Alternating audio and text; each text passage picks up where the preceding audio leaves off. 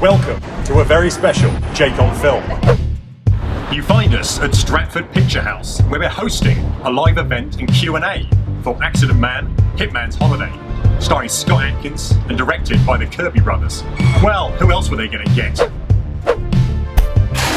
Join us as we continue to explore the outer edges of the film universe.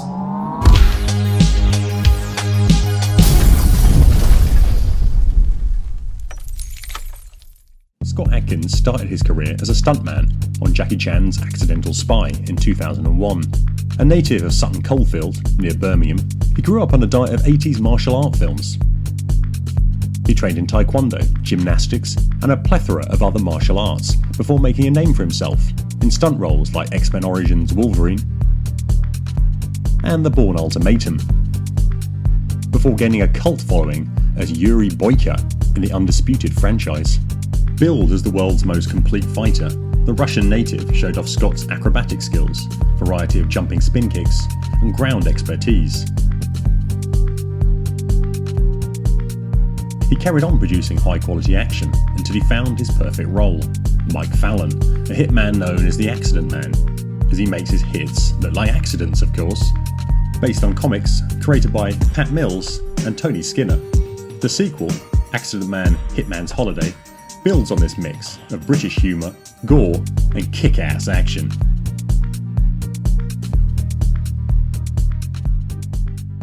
My name's Jake Walker, from the YouTube channel Jake on Film. If you haven't watched it, please do. And we're currently exploring the golden age. Thank you. There we are.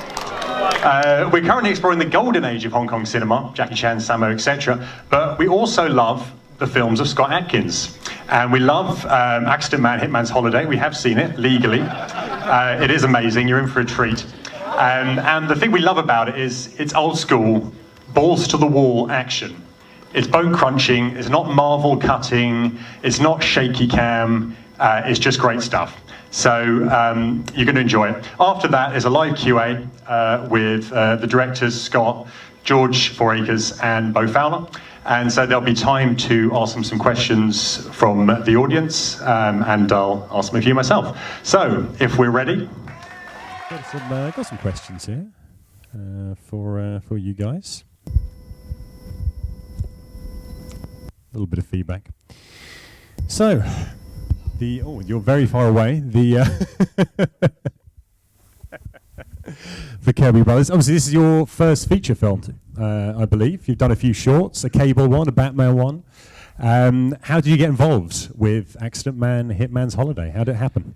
Cool. Hello, everyone. Yeah, so as you said, we've been doing shorts and stuff for about 10 years, doing YouTube shorts, typically like geeky stuff, just making kind of like Batman fan films, X-Men fan film, Dragon Ball Z. Anyone's a Dragon Ball Z fan? Some live action. So yeah. Some live action Dragon Ball Z, and we'd made a proof of concept for a film that we wrote. It's like an action zombie movie, and we really wanted Scott to be in it. So George had a bit of a connection to Scott through working with him on Doctor Strange. So we got in contact with Scott, sent in the proof of concept. He left us a very nice voice note from America saying that he really enjoyed it, and that he thought it was really good and would potentially be involved. And then we had some chats, and a couple of weeks later, he actually called up and said, actually, how about you come and direct Accident Man 2? And we were like, yeah. We as I said earlier, we owe a debt of gratitude to Scott for getting us involved and giving us that shot. And then, just went from there. Huh? Last film you ever make. And what would you say your influences are for this film? What's really stoked the fire, so to speak?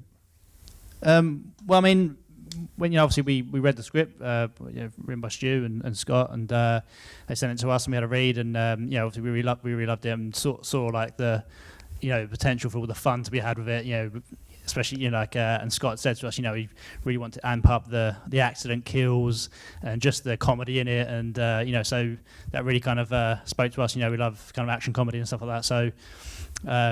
It was definitely something we were very, very interested in, and then kind of as things progressed and moved on with the script and the story and stuff. Obviously, I'm a personally, I love all the old Hong Kong action comedy stuff, especially Jackie Chan, and your Jet Li, Donnie Yen, all those sort of things. So obviously it was, and obviously been a big fan of Scott's for many years anyway. So I was very excited to be involved. And it's listed as 6 choreographers on this film. We got Scott, Tim Mann, Andy Long, Sam Mock, George Kirby, and Huang Dan Dong. Dante Dong, I should say. That sounded a little bit rude. How did that all fit together? Was there like different people did different fight scenes, or how did that work? So, do you want to take this one, Scott? Yeah. Yeah. So, okay, go on, George. Sorry. Sorry. Yeah. So basically, we kind of did. So when we shoot, like to do lots of what's called previs.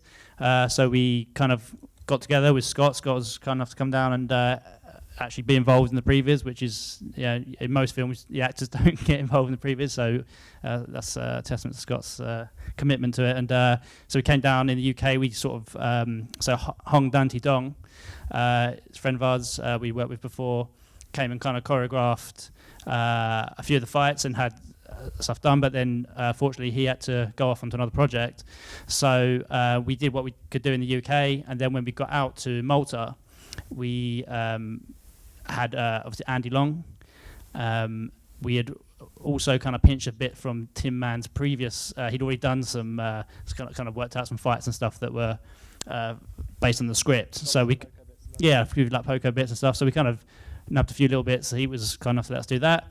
And then we got to Malta and we had Andy Long. We had Scott, who was very heavily involved in the choreography, and it was kind of like it was just a best idea wins type thing. We just everyone wanted it to be as good as it could be. There was no kind of egos. It was just like, what's the coolest thing we can do here? How can we make this funny? How can we add the comedy into the fights? And so it was just a real collaborative kind of effort, really.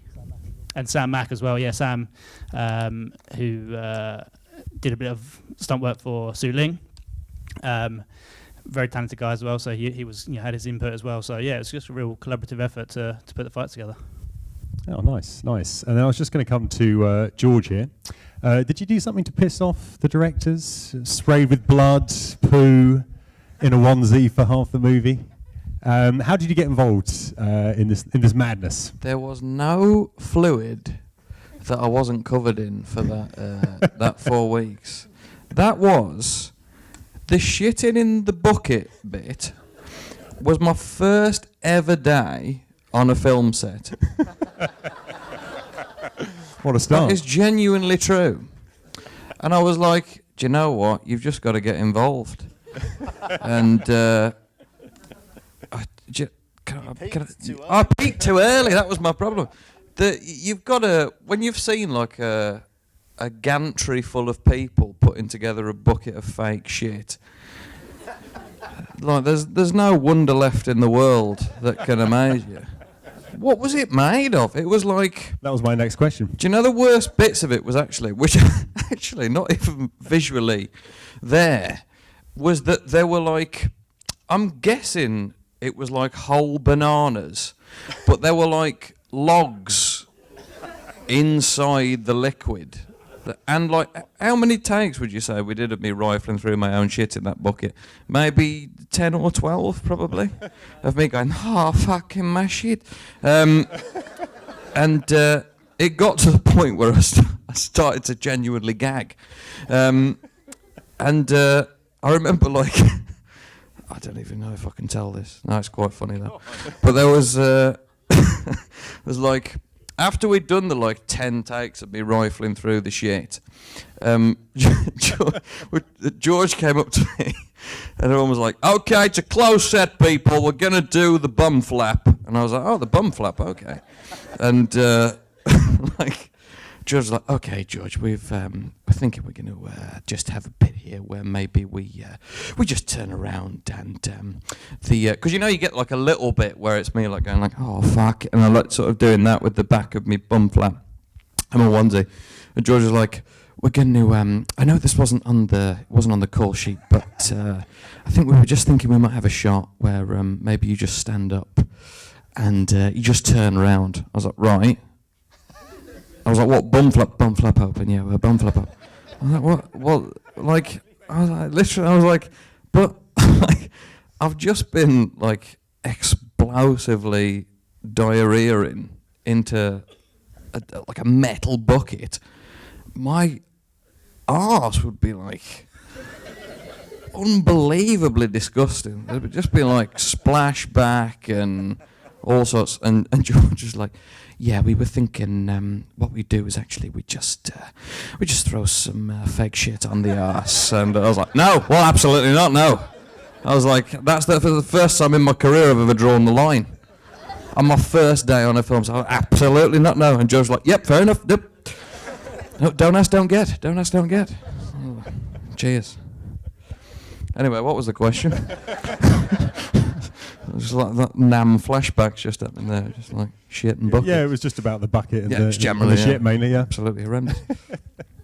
I'd like to bring in Beau at this point, because I think I saw a really good interview with you on YouTube where you were talking about Poco the Clown and sort of what you brought to him, because there's a moment where he sort of he says, "Oh, I don't feel any pain." It's got real sort of heart to it. So what did you sort of bring to that?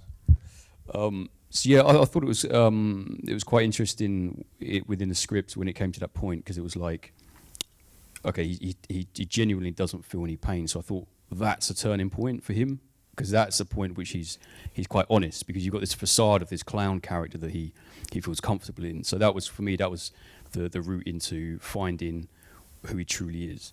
And I kind of thought, well, if he can't feel pain, then what can he feel? Maybe he can't feel joy. And then maybe that's what his quest is. So he's kind of gone into this sort of criminality world, because he's not that technical, is he? He's like, everyone else is like really masterful with their combat, whereas he's just quite wacky. So I thought he's sort of going into this criminality world, inflicting the pain on other people that he wished he could have, and maybe in some sort of twisted way, one day maybe he will feel that. And then when he comes up against Mike Fallon, who's obviously the world's greatest assassin, if he's not going to feel pain in this fight, he'll never feel pain. And in which case, perhaps he'll never feel anything, and maybe never any kind of sense of joy other than his sort of facade of this clown persona. Do you know what I mean? So that sort of was the part of the journey that I sort of wanted to explore with Poco. Oh, nice. And then the was it CG, the block that you're carrying? No, that was real. Was that? Yeah. It was fake though, wasn't it? Yeah. Was it polystyrene?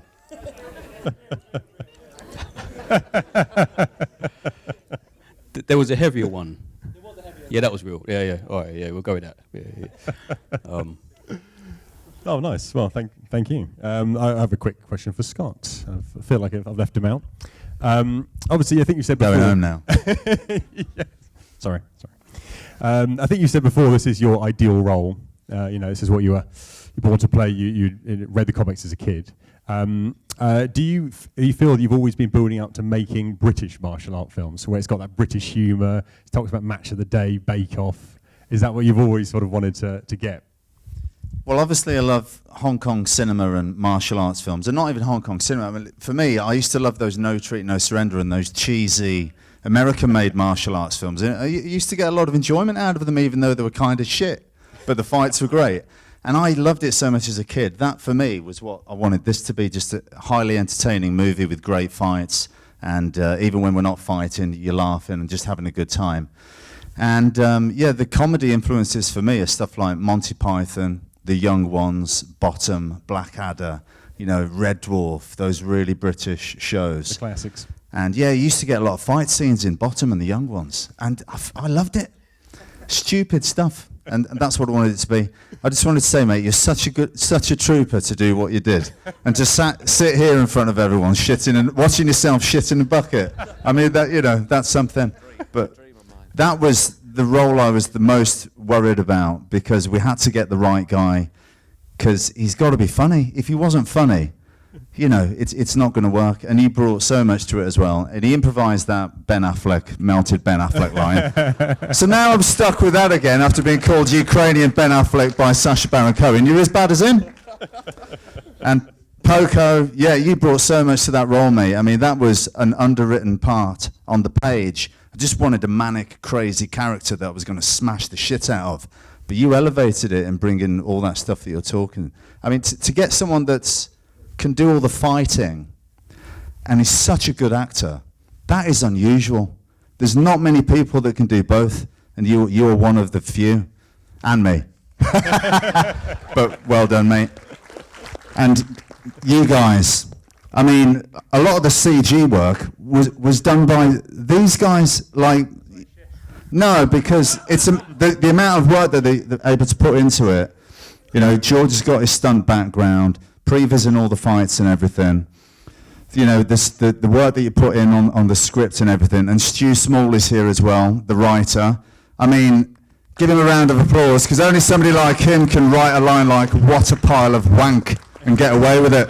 And it brought the house down. But no, I'm really happy with this movie. It's what I wanted the first one to be. And I always thought, you know, Edgar Wright would be a good director for what I envisioned that this would be. And he's one of your favourite directors, isn't he? So it just worked out right. What was the question? Something to do with British. The follow-up to that was, is it hard then to play in American markets? Because sometimes they don't always get the British humour. It's like, what? Yeah, I think we just thought, fuck 'em. We're going to do an English Hong Kong movie. It's going to be obscene with shitting in a bucket. In fact, one of the only notes from Sony was, "Can we have less poo jokes?" And I was like, yeah, okay, sure. I didn't take any of them out. In fact, I may have added some. So I just thought, you know, look, I think you should make movies for yourself. I don't think you should try and predict what people want to see, because I think that's where a lot of people go wrong, unless you're James Cameron. I think you just got to make films for yourself. What do I want to see? And that's the way I approach it. Yeah, makes complete sense. Yeah. Then at least I like it, even if no one else does. That's the main thing, exactly. Quick question for the Kirby brothers.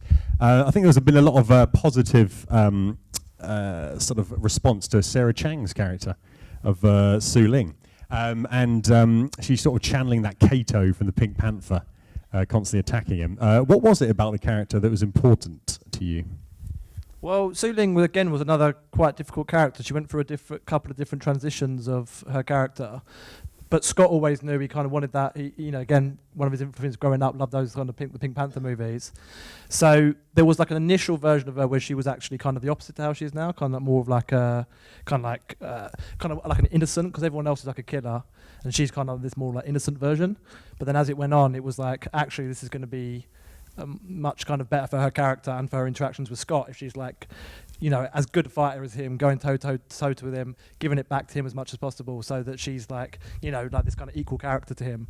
And I think that really worked in the end. It just made her, as well as being kind of funny with all the kind of abuse and everything, and the great fights. Yeah, she's just like, you know, by the end, her and Fallon are friends, and they have like a mutual respect for each other. So I think that version of the character came out really well, and that was an amalgamation from like Stu and us and Scott, and as we kind of worked towards getting to the actual shoot, that was kind of developing. And then once Sarah came on board, and I think even for Sarah, she had a version briefly where it was like the more kind of meek version.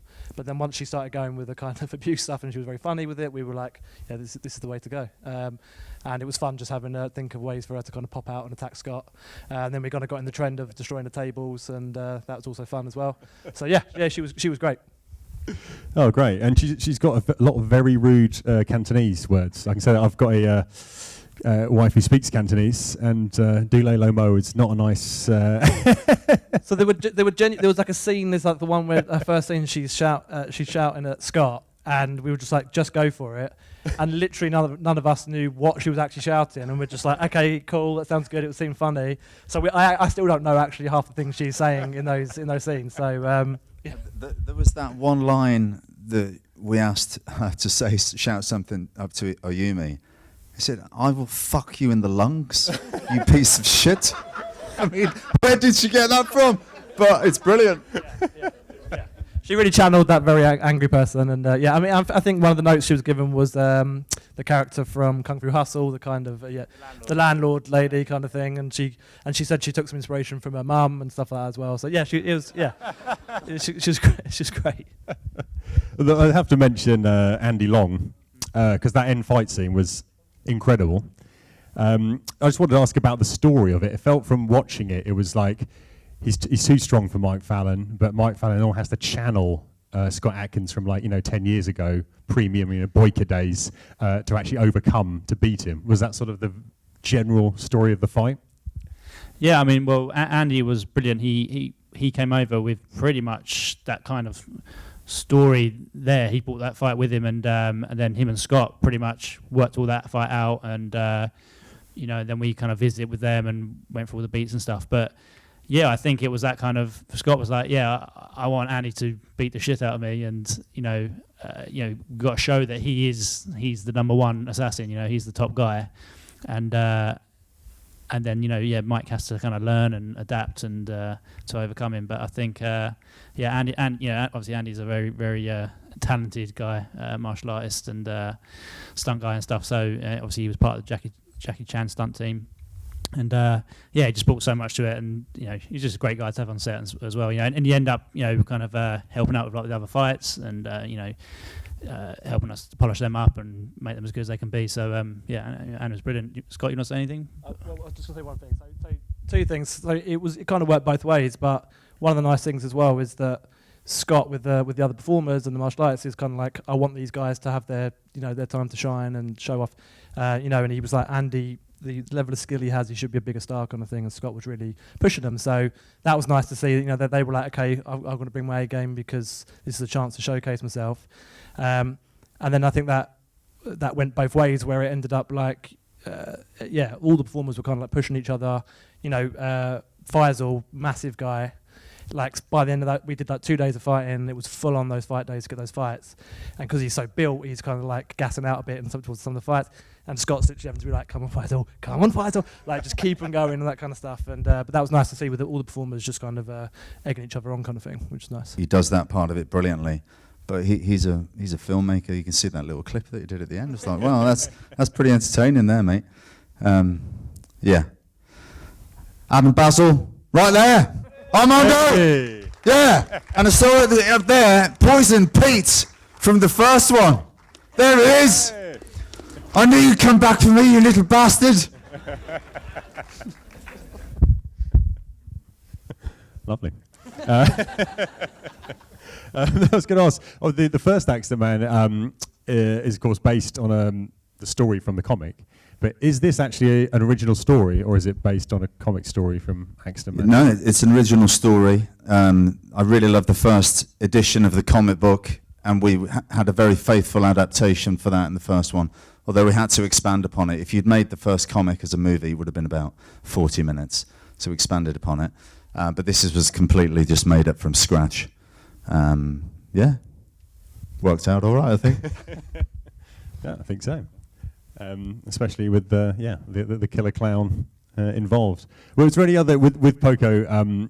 Was there any other influence from other sort of deranged clowns, from It to Pennywise, anything like that that you sort of channeled?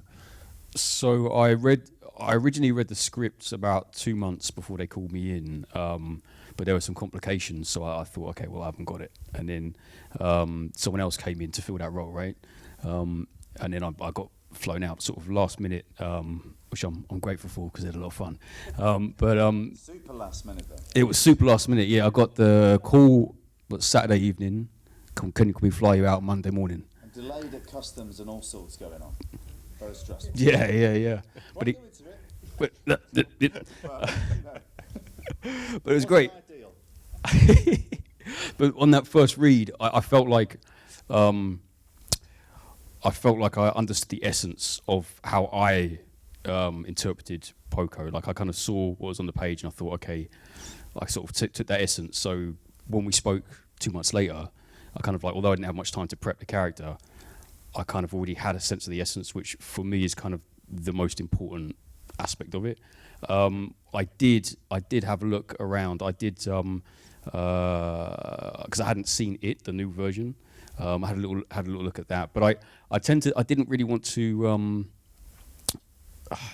I kind of wanted to do something fresh and truthful to Poco, and I didn't really want to take too many influences because you can start to kind of if you do that, you start to kind of go, oh, that's really cool. I like how that's done. I'll take a bit of that. Do you know what I mean? And then I didn't really want to go that route, so I did a little bit of sort of looking around, but in essence, I just wanted to kind of find his voice, find his essence, find his voice. I wasn't too sure how far to go originally, because I was like, oh, is he a clown, or is he like, is this just the person behind the clown? Does he put his makeup on to kill people, or is he always dressed as? Does he wake up and put his makeup? You know what I mean? And I was like, oh, fucking hell! Like, we've got like a day and a half to prep this. 2 days. I can't go that fast. So I sort of just took the essence and then sort of ran with it. And obviously, we were talking about before about the can't feel pain moment, and for me that was just a pivotal moment where I was like, oh, this is him. He's actually being truthful here. Like, this is beyond the facade of Poco, and that for me then created a journey that I could kind of delve into. And then then a lot of it was kind of on set, like little moments where, because obviously we didn't do the fight scene, we didn't prep anything.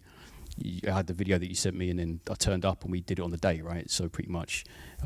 So there's moments where one of my favourite moments is when you pin me with the baseball bat, and then I think the original script was just you do that, you knee me, and then I headbutt you, and then it was like, no, we can find something a lot more fun and organic and truthful to Poco, and we did the whole nose thing, and I think it just worked really well. It got us out of that moment. It made sense and was truthful to the character and felt funny, and it was it was good. It was good to say. It was a really good collaboration, and I just want to say you guys were really open and generous, and I really appreciate. I said that before when we were chatting on Zoom, but like it was good. I felt like I had a lot of, although it was a short time, I felt like I had a lot of freedom to delve into it, and I appreciate that.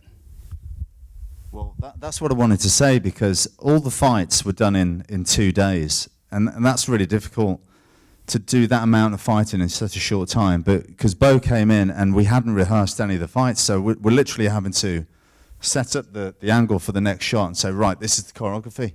Let's run through it a few times, and then we're going to blast it out. We've got to move. We've got to keep moving, and we're trying to find time to cover these character points and discover who the character is. And that's what I mean about having somebody like you there to be able to do that.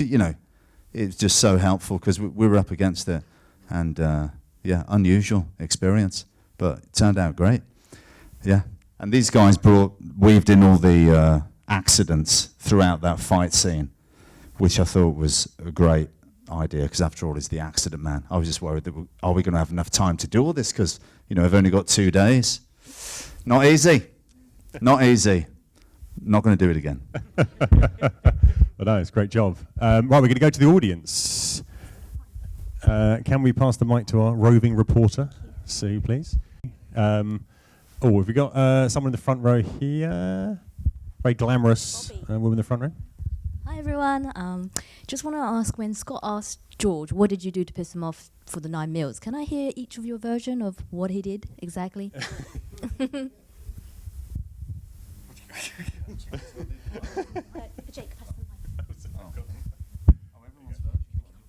Yeah, what did I do? You read the script, mate. You knew what you were in for, and I'm just so happy you turned up and did it. But yeah, throwing punches this far from his face on his first movie, pulling him around, covering him in shit and sick. Yeah. And covered in flies as well, because in Malta there's loads of flies, and he's covered in all that stuff. Yeah, I mean, yeah, we put George through it pretty badly. Like you said, his first day he was doing the bucket stuff. The day he was having to do the laxatives, and that was like a weird sweet candy type thing. Yeah, it was stevia. Well, like fake sugar. Fake sugar, yeah. So we're pouring fake sugar down his mouth with water, then it's all like turning into like a slush in his mouth while so we did that repeatedly as well. But George never complained, and we were obviously trying to not treat him badly. We were trying to do it as well as we could. But George cracked on and did it, and he did an amazing job. Like Scott said, this character is very important. If he doesn't have good chemistry with Scott, then that's not going to be good for the film. And we were looking at auditions and stuff. People were coming through. We saw some good auditions. We were like, oh yeah, maybe this guy. And as soon as we saw George's audition, we were like, yep, this is great. We showed some of the cast, lots of the crew, his audition tape, and I think he was doing the line about the scorpion. He's like, fucking scorpion, and we all just laughed. So everyone was like, yeah, that's the guy straight away. So yeah. there was actually another scene where he had to do like a fake vomit as well, which didn't even make the film. And that was probably one of the worst ones. Like, That was, yeah. That was the worst one.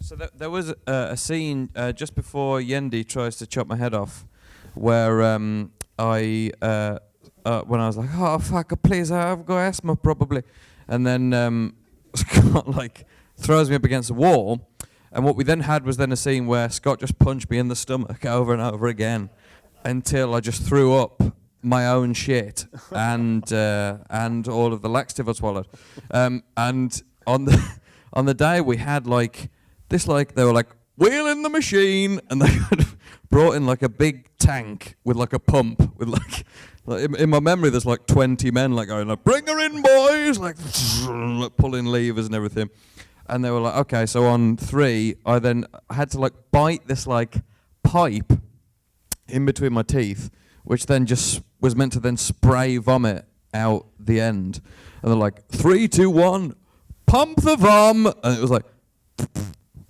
and it just kind of went down my chin. I was like, oh god. And like, take 3, pump the vom, and it just went, and it just wouldn't work. And Scott was like, this isn't working, bring him a cup of sick. And so he just brought me, I was like, well, can we maybe talk about that? Oh, okay. And then brought round like a paper cup, like exactly the same paper cups that we've been having like cappuccinos from the machine with. And it was like, it was beef broth mixed with sweet corn and chocolate pudding. Yeah, it was, I can't describe to you the taste of that fake sick. And we did, 3 takes with the fake sick before I was like, guys, I'm really sorry. I don't think I can take any more of the fake sick. And they never used it. But if you'd actually been sick, we might have kept it in the movie, mate. So you're selfish. A valuable lesson for me. What was the question? Oh, well, yeah.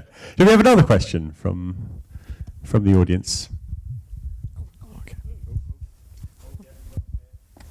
On the right here, grey hoodie. Oh, sorry. I need to run faster. Thanks. Hi, Scott. Big fan of yours. Oh, hello. Thanks for being a fan. I need those. Excellent. It's actually a question for you. I'm the president of the Lauren Alden fan club. What was it like meeting him? And any future projects with him? Fantastic. First time I met him, though, was at the Aston Villa Leisure Centre. I remember. When he was doing a demonstration, and I ran up, and I was about 13, 14. In the early 90s. I said, Lauren, can I have your autograph, please? And he goes, you got it, man! So I remember that. And then I met him 2021 in Florida, and just hang out with the man, the legend, for a day, and the next day as well. And it was brilliant. He's a great guy, funny guy. Yeah. And yeah, I just loved those films growing up. No Retreat, No Surrender 2, Raging Thunder. No Retreat, No Surrender 3, Blood Brothers, King of the Kickboxers. They were just classics, man. Yeah. And, you know, you laughed at them for the wrong reasons sometimes, but just highly entertaining. So it was great. Excellent. It was great seeing 2 of my heroes in the same picture. So It felt good for me too.